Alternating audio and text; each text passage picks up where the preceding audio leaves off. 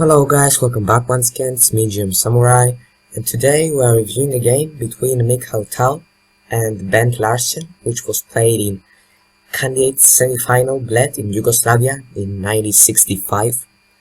So this name was named as Tal's Immortal game, and you will understand why in the videos. So let's just get started. So Tal had white pieces, and he started with e4, c5, knight f3, knight c6, d4, takes, and e6, knight c3, d6. We have this, and after bishop to e3, knight f6, we have just a normal Sicilian, f4, bishop e7,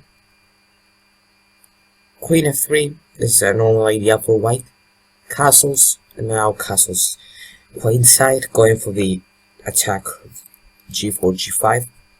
So, queen c7 was played, knight b5, queen b8, now black's queen is not that good, g4, a6, and now knight d4 back. So here was played takes, and b5, wants to put the bishop to the b7 square, and now g5, knight d7, and just developing bishop d3 and putting the bishops the diagonals of the opponent's king. So here for black was played b4. And now I want you to pause the video and try to find the best move for white.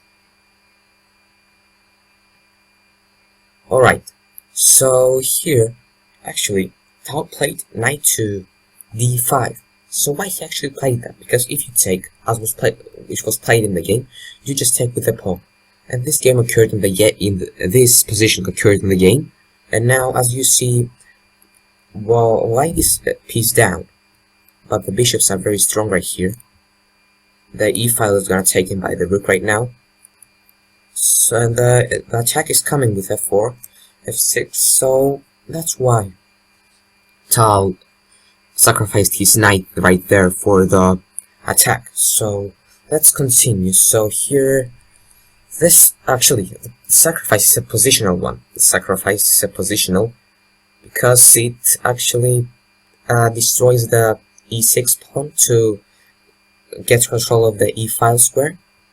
So yeah, so you'll see actually after the next move of black, which is f5, white also have the square on e6, which is a very strong square. So yeah, let's continue actually.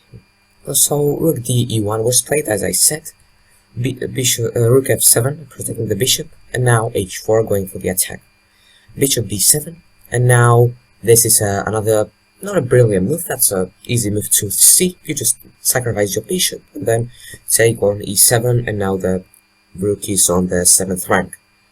So, and now we have from black side 95, so now you can't take because your queen is hanging. So queen e4 was played, and now queen f8 attacking the rook, and it looks like the rook is gonna fall, but it's not like that. It's not, because now white takes on e5, and now you can't take on e7 because then white will just take on f5 and they're winning. So that's why Larsen played rook f4. Queen e3 was played, rook f3 and queen e2, and now there is not any rook f2. So queen takes right now, takes and takes on e5. And now rook e1 was played, putting pressure on the e5. You can't take on e5 because the queen is hanging. Rook d8, and now rook takes e5, queen d6 and queen f4. That's another brilliant move, because now you're threatening. If bishop takes d6, then you have just this brilliant move and you win the queen. So from black played rook f8 attacking the queen, and now queen e4 was played, b3 going for some attack ideas, a takes, rook f1, king d2, queen b4 check, c3 and queen d6. And now I want you again to pause the video and try to find the best move for white. Okay, So here, Tau played a very beautiful move. Bishop to c5, that's a brilliant move, because after bishop c5, black needs to take, because then there is just check, and you can't put the rook right here, because the bishop is also protecting the square. You can't bring back the rook. So black needs to take on c5, and now you have rook e8 check, rook f8, and it looks like black protect everything. There is nothing for them, but here there is check on e6, king h8, and now another brilliant move, queen f7, and this move wins the game. Why? Because now the black rook is attacked, so you can protect the rook. So if the rook takes, then just queen takes, and it's a mate. So if here you take with somehow on d5, then you just take on f8's winning. Also with the queen is the same thing.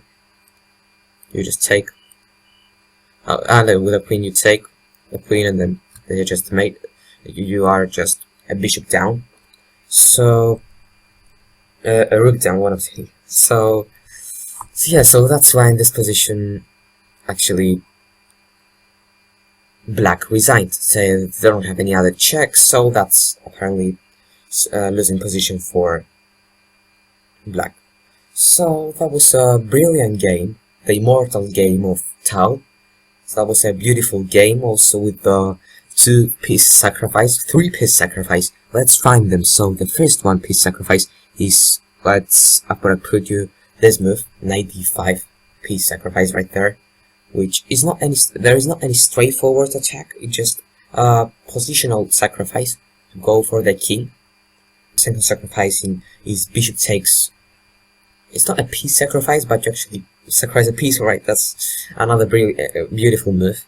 Here is the third the most beautiful sacrifice in this game, because you have an idea of mate, and it's just black can't defend against it.